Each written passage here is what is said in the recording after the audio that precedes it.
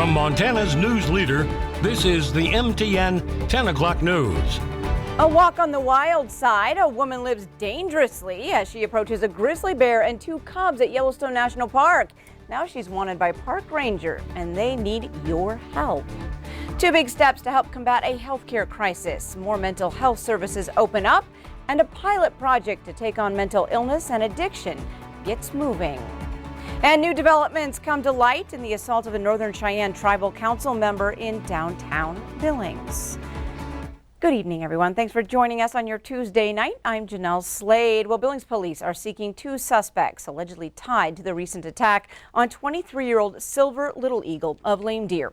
Lieutenant Brendan Woolley says one suspect is a 25-year-old woman from St. Xavier and another a 27-year-old woman.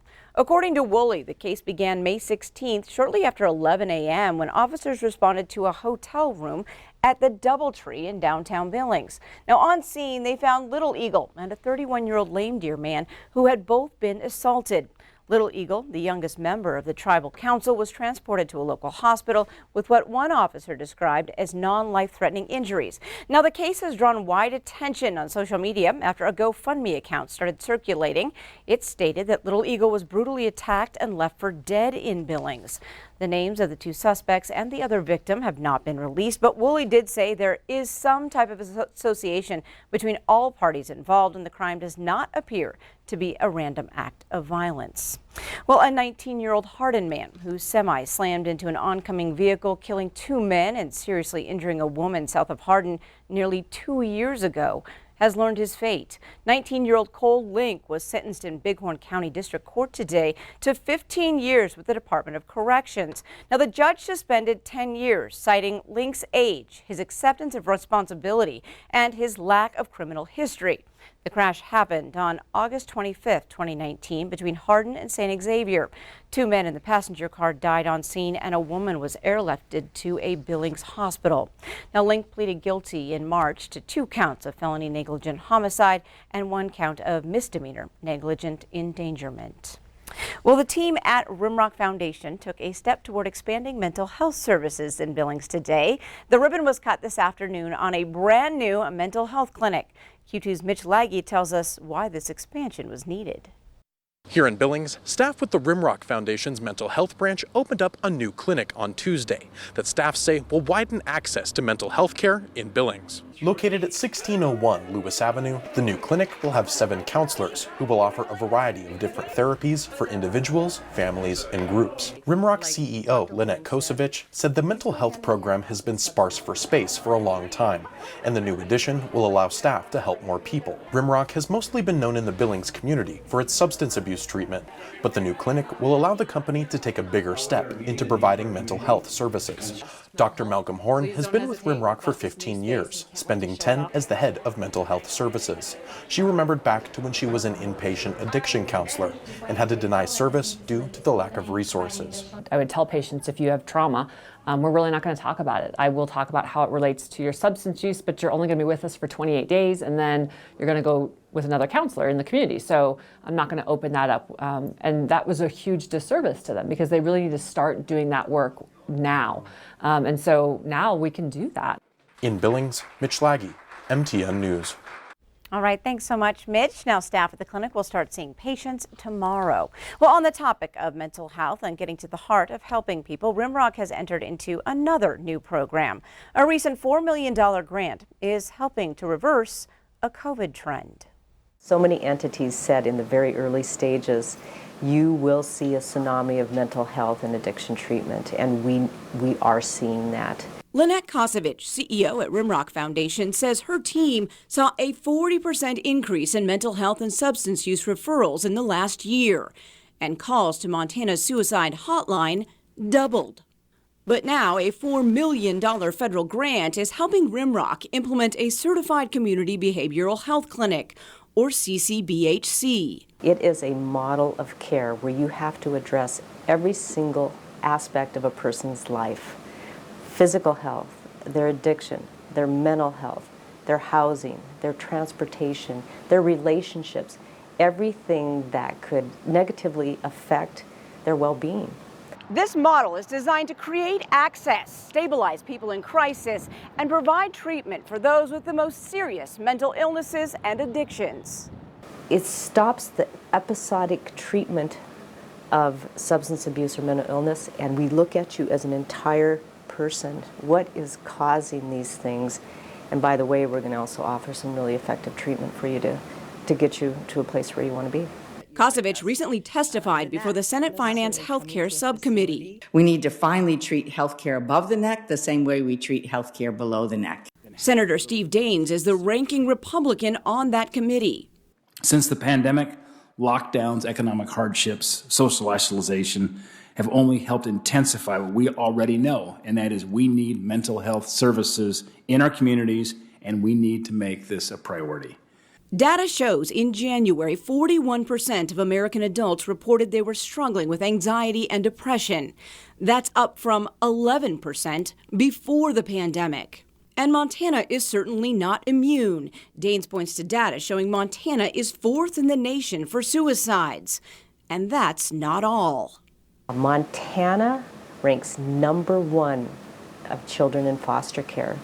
65% of those children that are removed from foster care have parental use issues, meaning their parents are using illegal drugs.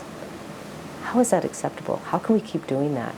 The plan behind these clinics digs roots deep in the community by coordinating with schools, crisis centers, and law enforcement. And the clinics must guarantee specific services, like a 24/7 mobile crisis team and a primary care provider for each patient. You know, historically, we have always separated mental health care and physical medical care into two separate buckets. But the reality is we're integrated people, and those issues are often integrated together. If your mental health is not being tended to, then oftentimes your physical issues and your chronic diseases are worse for the wear as well.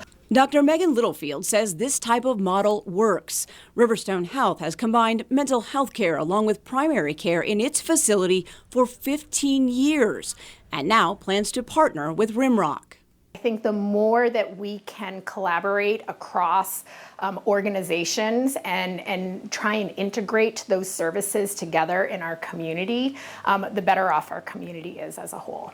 The latest impact report shows thousands of new clients are being served in these clinics, and nearly all of them are getting treatment within a week. That's compared to the average national wait time of 48 days.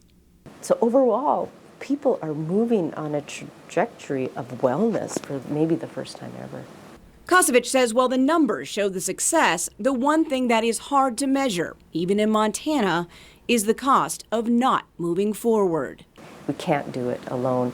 You know, you've heard the saying, it takes a village. This is going to take our state to do this, because once we all get into the CCBHC model and we're all rowing in that same direction, I think we're going to make a huge difference. Now, the first participant will take part in the new Rimrock program by June 1st. There are also pilot programs currently underway in Missoula and Cascade County. In other news tonight, it's been 1 year since George Floyd died at the hands of a police officer in Minnesota. Well, today Floyd was remembered at events around the country, including the White House. Skylar Henry reports from Washington. The 1-year anniversary of George Floyd's murder was punctuated by calls to continue the fight for racial justice. The 46-year-old's death last Memorial Day sparked outrage and protests that spread around the world. It also led to a murder conviction for Derek Chauvin, the former Minneapolis police officer who kneeled on Floyd as he struggled to breathe. On Tuesday, crowds paid their respects at the Minneapolis intersection where Floyd died. I believe that people showing up and showing joy in the face of tragedy is the best thing we can do. In another part of the city, Floyd's sister spoke at an event billed as a celebration of life. There's been a lot of names added to the list after my brother's death, and still nothing is being done. Other members of George Floyd's family were here in Washington, urging lawmakers to pass a police reform bill named in his honor. Say his name. George Floyd. They discussed the bill in a White House meeting with President Biden and Vice President Kamala Harris. We're just thankful for what's going on, and we just want this George Floyd Policing Act to be passed in the future. The House approved the George Floyd Justice in Policing Act back in March. It's yet to come to a vote in the Senate. Skylar Henry, CBS News, the White House. Former Minneapolis police officer Derek Chauvin is scheduled to be sentenced on June 25th on murder and manslaughter charges. Well, now let's head to Chief Meteorologist Ed McIntosh. Ed, there is something for early risers to be looking for in that morning sky tomorrow if the weather cooperates. Jeanelle, for the first time since January 2019, we have a chance to see a total lunar eclipse tomorrow morning. It's going to be brief, but this happens when the sun and the earth and the moon are all in perfect alignment and the earth's shadow starts to fall across the moon. It starts to produce a red glow. Now, this is going to be tomorrow morning between 5:11 and 5:26. There's only about 15 minutes to catch the whole thing. Hopefully, the clouds aren't going to be a big factor, but the Earth's atmosphere filters out all the other colors other than the red and orange, so you get that eerie glow first thing tomorrow morning. It'll be the last time we'll be able to see one until we start getting into 2022. Forecast details are coming up in just a few minutes.